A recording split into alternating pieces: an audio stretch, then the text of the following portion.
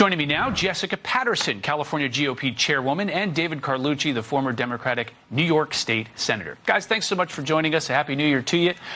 David, I want to start with you. You know, when Democrats coalesced around then Vice President or former Vice President Biden back in 2020, there was a sense that they needed him to vanquish the Trump administration and banish him to political wilderness.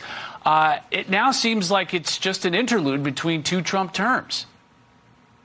Well, maybe, but I think as we see 2025 come into focus and the Biden presidency is in the rearview mirror, I think people will remember the good things that President Biden did. They weren't easy to do. One of the biggest investments we've seen in terms of renewing our economies here in parts of our country that haven't seen that job growth in decades. And so I think it's easy to blame and have policies that might fit on a bumper sticker. But as the Trump campaign now turns into the Trump presidency, I think you're going to see a lot of these issues and a lot of talk about buyer's remorse saying, oh, wow, you know, a lot of these things were done under President Biden, even congressional members, Republicans that are concerned about things like the CHIPS Act that have hundreds of millions of dollars going into their district.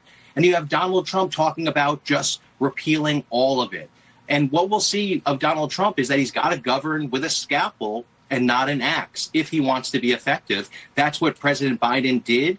And it might not be flashy. It might not be the personality that everyone wants, but it's the policies that he'll be remembered for that will make his legacy seem fonder as time moves on.